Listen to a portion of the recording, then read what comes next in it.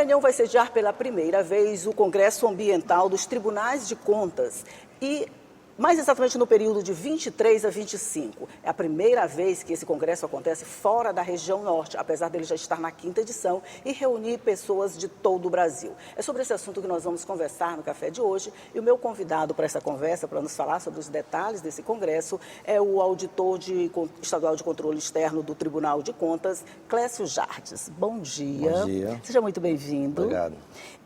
Quando a gente pensa em Tribunal de Contas, a gente pensa assim, eles estão discutindo prestação de contas de prefeitura, analisando contas do Estado, cheio de números, cheio de coisas. Mas aí, de repente, aparece um congresso ambiental. Como eu lhe perguntei no início, casa essas duas situações? Pois é, né? A gente pode se perguntar o que o Tribunal de Contas tem a ver com a pauta ambiental. A pauta ambiental.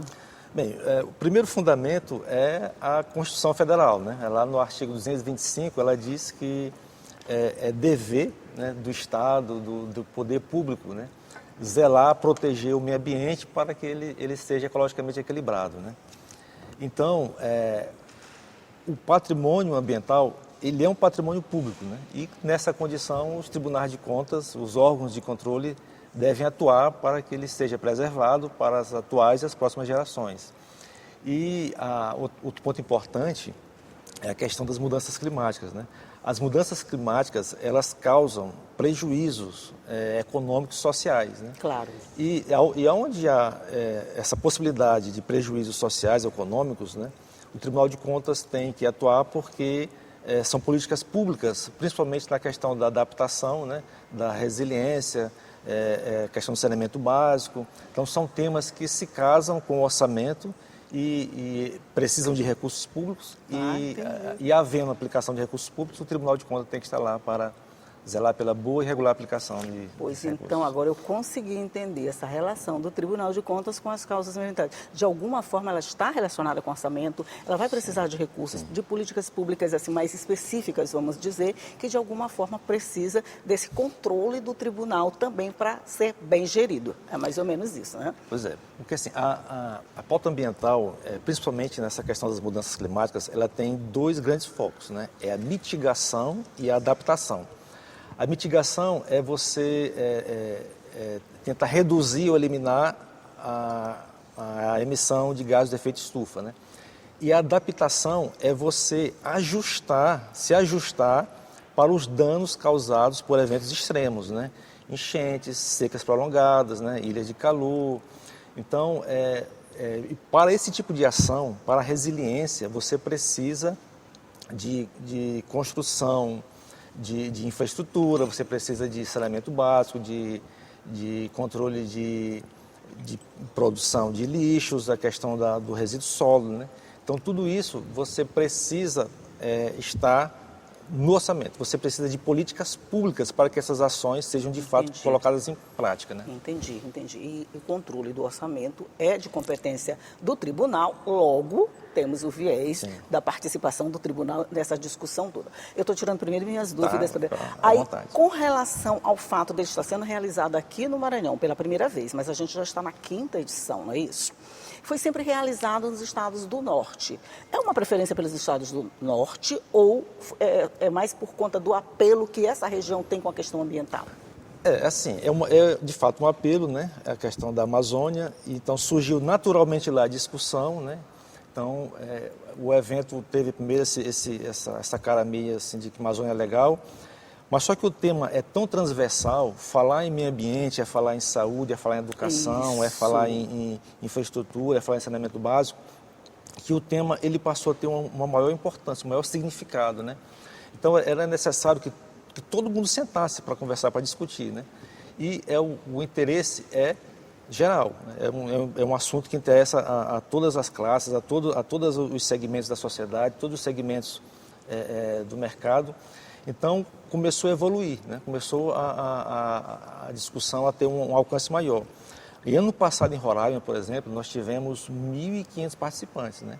E esse ano aqui no Maranhão, nós vamos passar de 1.800, né? É mesmo? Então, o tema está de empolgando.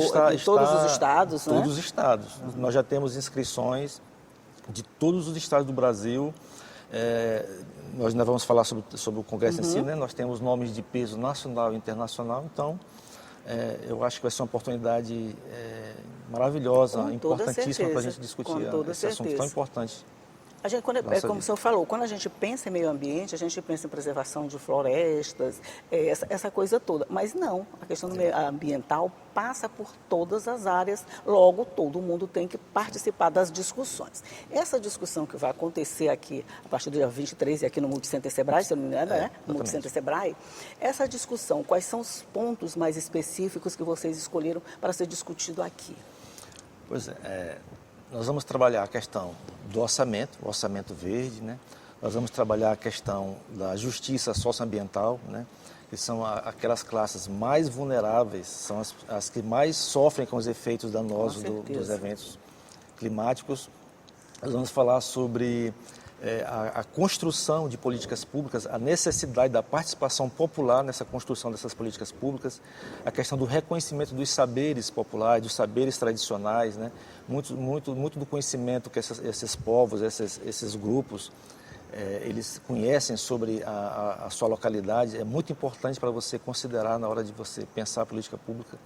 Então, assim, nós teremos todos os temas possíveis, como eu falei.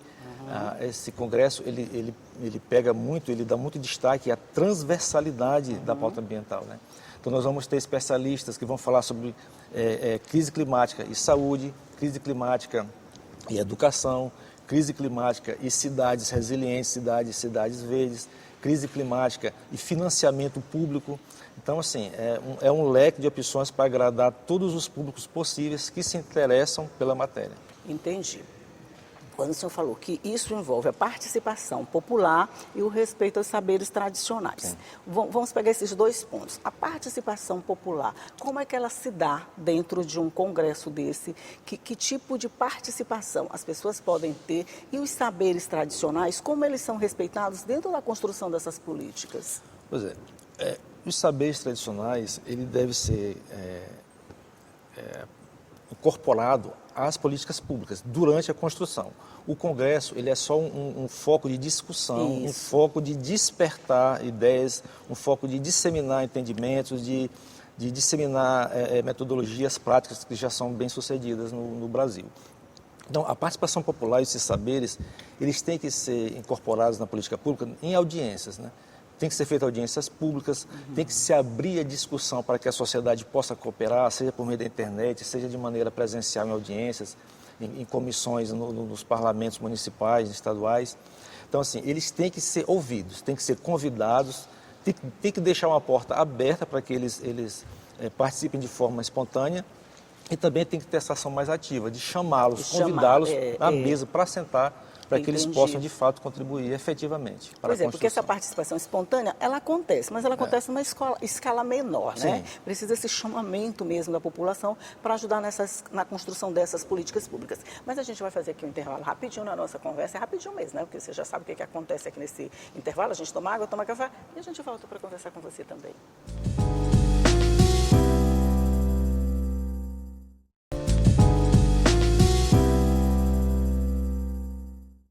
Já estamos de volta conversando aqui sobre esse congresso ambiental dos Tribunais de Contas, que vai ser realizado aqui em São Luís, a partir do dia 23.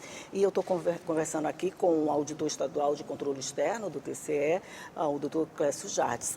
A gente estava falando na participação popular e nessa participação espontânea e, vamos dizer, incentivada.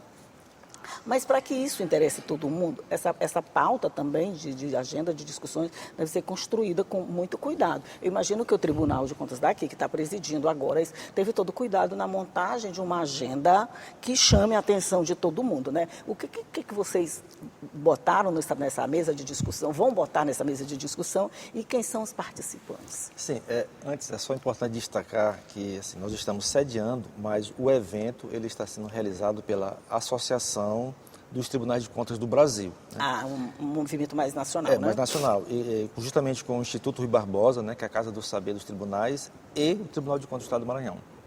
Então, assim, nós tivemos a preocupação, né, a comissão científica, que é formada por auditores e conselheiros de todo o Brasil, de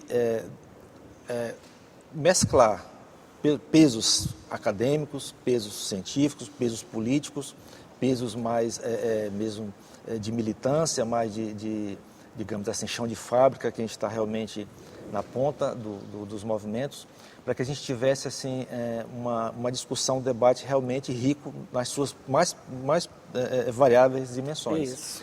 Então, nós temos nomes de peso internacional, como o professor Carlos Nobre, que é uma referência mundial em climatologia. Ele é um dos agraciados com o Prêmio Nobel da Paz que o IPCC da ONU recebeu. E hoje ele foi nomeado conselheiro do Papa Leão XIV. Ai, que bom. Então, assim, é um nome de peso uma internacional. Representação e tanto, né? Tanto, é muito importante. Assim, para dar esse peso científico, um peso acadêmico, esse peso internacional para o evento, nós temos nomes de juristas que têm um peso muito importante nessa questão ambiental na Constituição Federal, como é o caso do professor e doutor Fábio Feldman. Nós teremos o ministro do TCU, nós teremos o presidente do STJ, né, fazendo a palestra de encerramento, dando esse peso jurídico, esse peso institucional, de forma que a gente possa, de fato, dar à pauta ambiental a consideração, a posição que ela realmente merece, que ela deve ter, né? Não é uma pauta de militância de um movimento, de um partido, não. É uma necessidade que nós, os seres humanos, têm de pensar o futuro, de pensar a sustentabilidade para essas gerações que vão nos suceder, de forma que a gente possa usufruir hoje do que a natureza pode nos oferecer e que também a gente possa garantir que as gerações futuras também usufruam desses serviços, dessa qualidade de vida que só um meio ambiente ecologicamente equilibrado pode nos proporcionar. Foi o que a gente falou lá no começo, é responsabilidade de todo mundo, né? De quem está aqui, de quem garantir, porque quem estava lá atrás de alguma forma garantiu que a gente chegasse até aqui, né? Exatamente. Então a nossa responsabilidade é garantir que os outros também usufruam disso, né? Agora, assim, para que eles usufruam, essas discussões que acontecem de todos os lados, que, como a gente falou também, de todos os lados, todo mundo está discutindo a questão das variações climáticas. Para que isso seja colocado em prática, é necessário também um outro movimento. O que é feito com o resultado, como é que essas discussões que são feitas aqui, o resultado delas, como elas são incorporadas em políticas públicas, de que forma a população vai usufruir dos resultados que foram discutidos, das questões que foram discutidas aqui. Pois ao final do Congresso, nós vamos elaborar e divulgar uma carta, né, uma carta de São Luís, onde nós vamos apresentar as diretrizes e as ações para os próximos 5 anos, né? Para que a gente, de fato, possa transformar em ações concretas o que foi discutido, o que foi debatido. E hoje nós já temos várias ações já nessa seara climática, nessa área ambiental, né? Nós temos hoje fiscalizações no Tribunal de Contas, tanto do Maranhão como do Brasil, fiscalizações de resíduos sólidos, né, de saneamento básico, que é um tema que dialoga diretamente com a questão ambiental.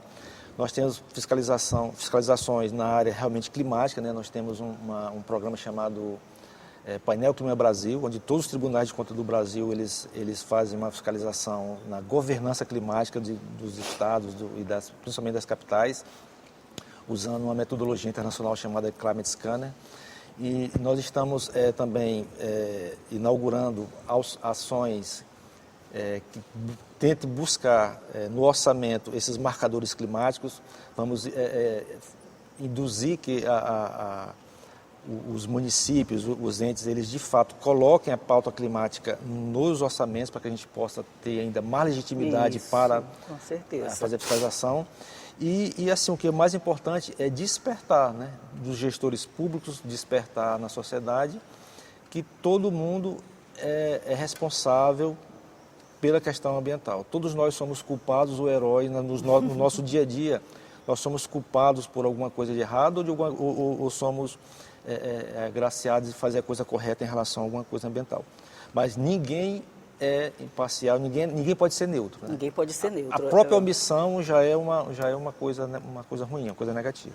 Pois é, porque eu fico pensando assim, o município, nós temos 217 municípios, é muito município, né? Quer dizer, vocês têm muito trabalho nesse processo de fiscalização de orçamento, essa coisa toda. Mas eu fico pensando de que forma um município, por exemplo, pequeno, lá no fim do Maranhão, de que forma ele pode participar de resultados de um encontro tão importante como esse aqui na capital, né? Quando a gente discute, a gente não, vocês discutem, mas vocês são nossos representantes, Sim, discutem assuntos tão complexos, mas que precisam de resultados práticos. Tá, como preservar a natureza, a biodiversidade precisa ser preservada, essa coisa toda.